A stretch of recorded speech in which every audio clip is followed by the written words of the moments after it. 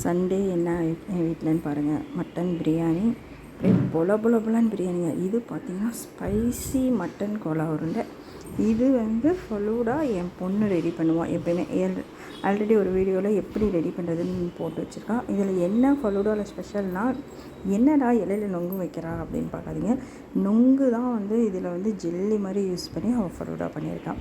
ஆனால் எதுவுமே நாங்கள் செஞ்சது வீடியோ எடுக்கலைங்க. இதை எதுக்கு சொல்கிறேன்னா, ஒரு சண்டே மந்த்லி ஒன்ஸ் ஆகுது இப்படி வீட்டில் ஒரே இலையில் ஒரு 3 பேர் 2 பேர், ஒரு அப்பா பொண்ணு அம்மா பொண்ணு இல்லை ஒரு ஃபேமிலி எல்லாருமே உட்காந்து இந்த மாதிரி சாப்பிடும்போது ஒரு மனநிறைவாக இருக்கும். அதுக்கும் அவங்கவுங்களுக்கு பிடிச்ச ஒருத்தருக்கு கோலா உருண்டை பிடிக்கும், ஒருத்தருக்கு மட்டன் பிரியாணி பிடிக்கும். அந்த மாதிரி டிஃப்ரெண்ட்டாக பிடிக்குது அப்படின்னா ஒரு நாள் செஞ்சு எல்லோரும் உட்காந்து சாப்பிட்றது தான் ஒரு லைஃப்பில் ஒரு மனநிறைவான ஒரு சண்டேவாக இருக்கும். அதுதான் என் வீட்டில் இன்றைக்கி நடந்தது. என் பொண்ணுக்கு மட்டன் பிரியாணினா ரொம்ப பிடிக்கும். கோலா உருண்டை என் வீட்டில் இருக்கிறவங்களுக்கும் பிடிக்கும்.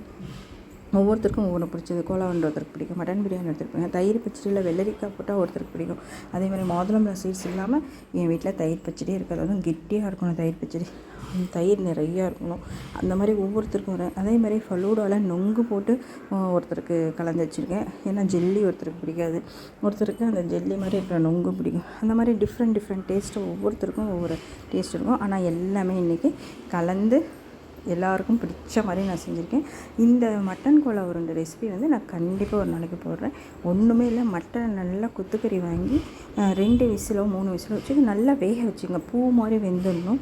அதுக்கப்புறம் வெங்காயம், பூண்டு, இஞ்சி இதெல்லாம் எவ்வளோ நீங்கள் எடுக்கிறீங்களோ மட்டன் அதுக்கு தகுந்த மாதிரி அந்த கொத்துக்கறின்னு சொல்கிறோம்ல, அது எவ்வளோ எடுக்கிறீங்களோ அதுக்கு தகுந்த மாதிரி வச்சிங்க. அதெல்லாமே சேர்த்து நல்லா பேஸ்ட் மாதிரி பண்ணி அதில் கரம் மசாலாவோ இல்லை பட்டை கிராம்பு அந்த மசாலா ஐட்டம்ஸ், கரம் மசாலா ஐட்டம்ஸ் போட்டு அப்படியே உப்பு, மஞ்சள்தூள், மிளகாத்தூள், பச்சை மிளகாய் வேணுங்கிறவங்க அதையும் அரைச்சிங்க.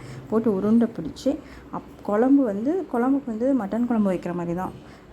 சோம்பு போட்டு வெங்காயம், இஞ்சி பூண்டு, தக்காளி எல்லாம் நல்லா வணக்கி விட்டுட்டு அதில் கொஞ்சம் மிளகாத்தூள், மஞ்சள்தூள், உப்பெல்லாம் போட்டு ஒரு கொதி வந்ததுக்கப்புறம் இதை போட்டிங்கன்னா சூப்பராக இருக்கும். இது ஒரு தடவை நான் கண்டிப்பாக போடுறேன், செய்யும்போது கண்டிப்பாக போடுறேன். இந்த மாதிரி செம்ம டேஸ்ட்டாக இருக்கும். இந்த மாதிரி செஞ்சு சாப்பிட்டு பாருங்கள், கண்டிப்பாக நல்லாயிருக்கும். இட்லி, தோசை, சப்பாத்தி, அப்புறம் நார்மல் ஒயிட் ரைஸ், இந்த மாதிரி பிரியாணி எல்லாத்துக்குமே செம்ம டேஸ்ட்டாக இருக்கும். ஆனால் அந்த மட்டன் உருண்டை குழம்புல இதாகிடக்கூடாது, கரையக்கூடாது. ப்ளஸ் அதே சமயம் சாஃப்டாகவும் இருக்கணும், கெட்டியாக கல் வரை இருக்கக்கூடாது. அதுக்காக தான் என் பொண்ணு சாப்பிட்டே அவங்களுக்கு காமிச்சிருப்பா. அது பாருங்கள், அது என்ன இருக்கிறதுனால இலையில வலிக்குது. பட் அதை நாங்கள் உடைக்கும் போது ஒரு விரலால் அப்படியே உடச்சு பண்ணியிருப்பா. எதுவுமே அதால் இருக்குங்கிறத காமிச்சிருப்பா.